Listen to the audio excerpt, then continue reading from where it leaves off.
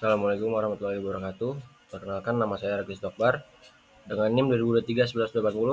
Di sini saya akan mempresentasikan sejarah dan aplikasi sistem kontrol industri. Nah, yang pertama itu ada pengantarnya. Di mana sistem kontrol industri adalah sistem yang digunakan untuk mengatur, mengendalikan, dan mengawasi proses industri secara otomatis. Tujuan utamanya adalah menjaga agar suatu proses berjalan sesuai dengan nilai yang diinginkan atau pada set poinnya, tanpa campur tangan manusia secara langsung. Sistem kontrol memastikan bahwa variabel-variabel penting seperti suhu, tekanan, kecepatan, arus, atau level cairan berada dalam batas aman dan efisien. Sebuah sistem kontrol umumnya terdiri dari 4 komponen utama, yaitu yang pertama sensor atau transducer, yaitu mendeteksi perubahan pada variabel fisik dan mengubahnya menjadi sinyal listrik. Kemudian yang kedua itu controller atau pengendali, mengambil keputusan berdasarkan data sensor dan menentukan tindakan yang harus dilakukan. Dan yang ketiga itu aktuator, melaksanakan perintah dari controller, misalnya menggerakkan rem motor, membuka katup, atau menyalakan relay. Yang keempat itu feedback atau umpan balik, sinyal yang dikirim kembali ke sistem untuk memperbaiki penyimpangan dari nilai yang diinginkan. Seiring waktu, sistem kontrol telah berevolusi dari yang paling sederhana hingga dikendalikan manusia sampai dengan hingga sistem otomatis berbasis Artificial Intelligence atau AI dan Internet of Things atau IoT.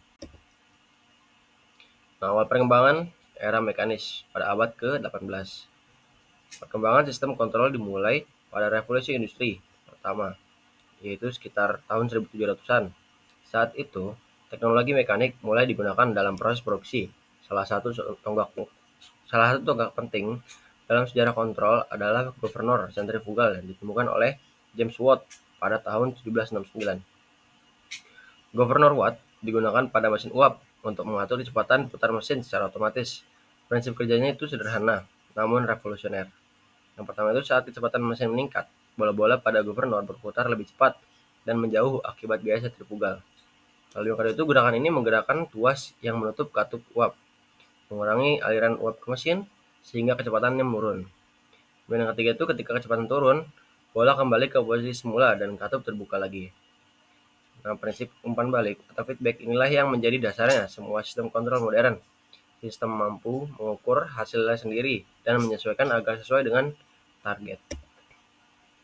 Selanjutnya, era elektrik dan analog pada tahun 1900 hingga 1970. Memasuki abad ke-20, revolusi industri kedua membawa kemajuan besar dalam kelistrikan. Sistem kontrol mulai menggunakan tenaga listrik dan pneumatik atau udara tekanan untuk mengatur berbagai proses. Pada masa ini, industri kimia, minyak, dan manufaktur mulai menerapkan kontrol otomatis untuk tekanan, suhu, dan laju aliran.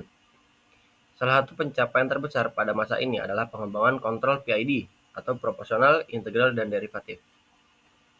Kontrol PID memungkinkan sistem untuk mengoreksi kesalahan secara proporsional berdasarkan laju perubahan dan berdasarkan akumulasi kesalahan masa lalu.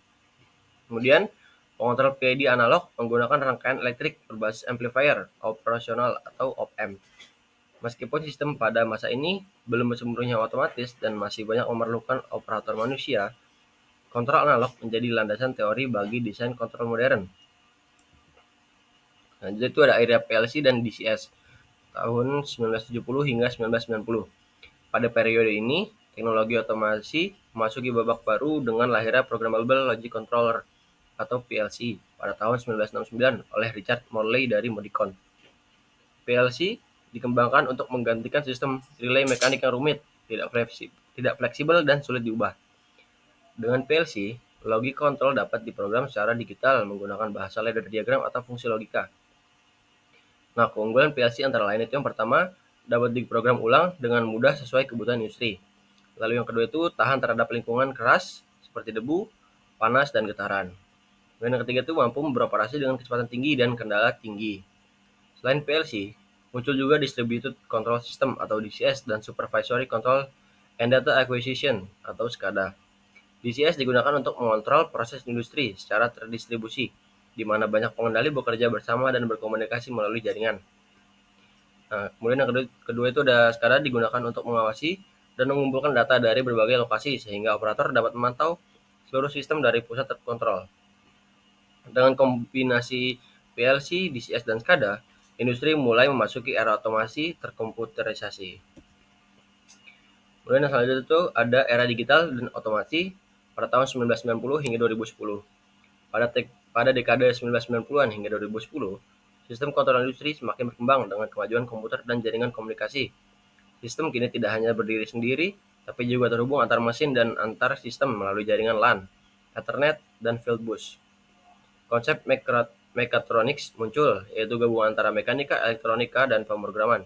Selain itu, industri mulai menggunakan robot industri untuk proses perakitan, pengepakan, dan pengelasan, sehingga efisiensi dan kecepatan produksi meningkat drastis.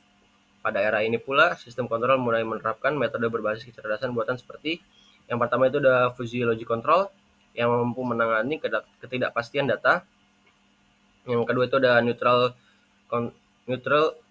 network control yang meniru cara kerja otak manusia dalam mengenali pola. Kemudian yang ketiga itu ada adaptive control yang dapat menyesuaikan parameter kontrol secara otomatis. Yang keempat itu ada model predictive control atau MPC yang menggunakan model matematika untuk memprediksi dan mengoptimalkan respon sistem di masa depan. Era ini menandai transisi dari kontrol otomatis biasa menuju kontrol cerdas atau intelligent control. Kemudian pada era industri 4.0 dari 2010 hingga sekarang, memasuki dekade 2010-an, dunia industri mengalami transformasi besar yang dikenal dengan istilah industri 4.0. Era ini menggunakan teknologi fisik dan digital dalam satu sistem terintegrasi yang disebut Cyber Physical System atau CPS. Sistem kontrol industri kini tidak hanya mengendalikan mesin, tapi juga terhubung, berkomunikasi, dan mengambil keputusan secara mandiri.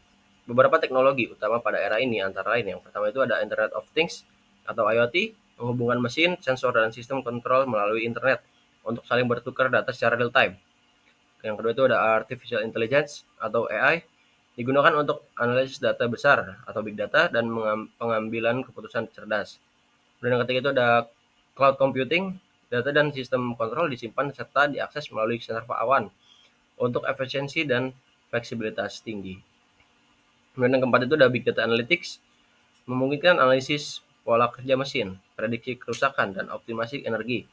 Hasilnya adalah memunculkan smart factory dan pabrik pintar, di mana semua elemen produksi hingga mesin, manusia, dan data dapat bekerja secara sinkron dan adaptif. Kemudian, aplikasi sistem kontrol industri pada saat ini, yang pertama itu ada industri manufaktur, digunakan untuk mengendalikan robot perakitan seperti konveyor otomatis, sistem pengepakan dan kontrol kualitas produk, contohnya robot ABB, Venok, dan KUKA di lini perakitan otomotif. Yang kedua itu ada industri energi, sistem kontrol digunakan di PLTA, PLTU, dan PLTS atau pembangkit listrik tenaga surya untuk mengatur tegangan, arus, serta efisiensi konversi energi. Juga digunakan dalam smart grid untuk menyeimbangkan pasokan dan permintaan energi listrik. Kemudian yang ketiga itu ada industri kimia dan petrokimia. Nah, itu di mana dia tuh dapat mengatur proses reaksi kimia, tekanan, suhu, dan laju aliran bahan. Biasanya menggunakan sistem DCS dan SCADA yang memantau proses 24 jam penuh. Selanjutnya nomor 4, industri otomotif. Sistem kontrol digunakan dalam robot perakitan, pengecatan otomatis, sistem sensor vision, dan pengujian kualitas kendaraan.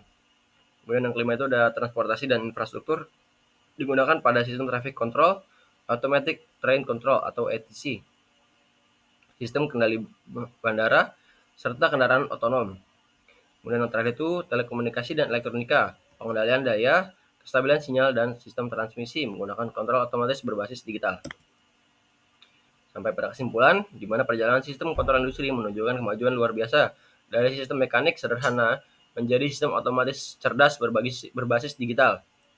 Setiap era memberikan lompatan teknologi yang membawa perubahan pada efisiensi, keandalan, dan keamanan proses industri.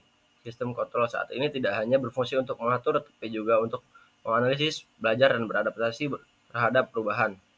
Dengan dukungan teknologi seperti AI, IoT, dan Big Data, sistem kontrol industri menjadi pilar utama dalam mewujudkan Industri 4.0 dan menjadi dasar menuju Industri 5.0 di mana kolaborasi manusia dan mesin menjadi pusat inovasi. Cukup sekian, kurang lebihnya saya mohon maaf. Wassalamualaikum warahmatullahi wabarakatuh.